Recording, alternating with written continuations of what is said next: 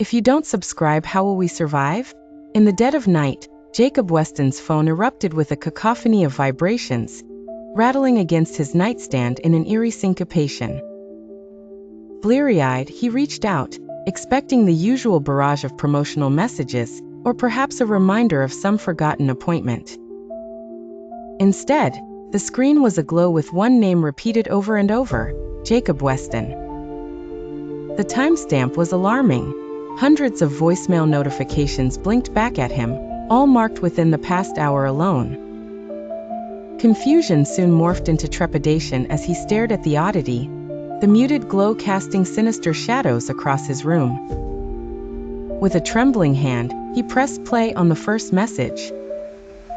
A piercing scream filled his room, raw and desperate, the kind of sound that clawed through flesh straight to the bone. It was his voice, undoubtedly, but warped with terror beyond anything he had ever felt. He staggered back, dropping the phone between the sheets, but curiosity compelled him to sift through more. Message after message, the same harrowing cry echoed, each voicemail identical in its blood-curdling intensity. Jacob's mind raced, grappling for logic in what felt like insanity. He rummaged through his contacts, hoping that somehow it was all a prank, a tech glitch, anything but a nightmare manifesting into reality. But each message was tagged with his own number. Frustrated and fear-stricken, Jacob dialed his own number, expecting voicemail. Instead, it connected, as if he was calling an alternate version.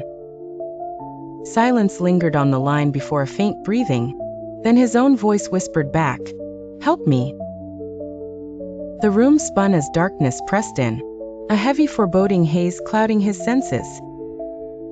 Dread seeped into the corners of his consciousness as the whispers on the line increased in volume. He hung up, heart pounding, adrenaline coursing through him. His apartment now felt like a frenetic hive, buzzing with an ominous energy that hung in the air, thick and tangible. Shadows seemed to dance at the edges of his vision, and with each vibration of his phone, he was drawn deeper into the grips of malignant terror. Desperate for answers, Jacob ran outside, seeking the comfort of familiarity, to hear the sounds of cars and city life, people talking.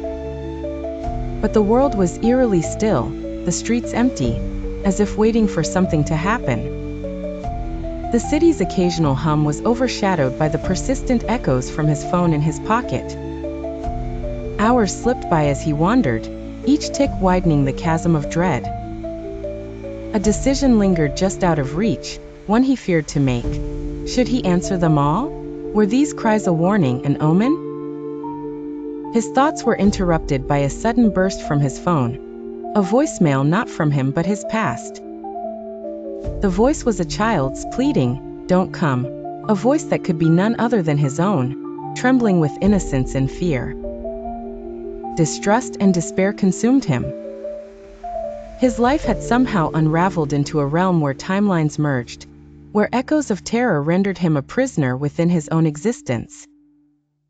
The moon hung high, casting an unforgiving light upon the cityscape as Jacob resigned himself to fate.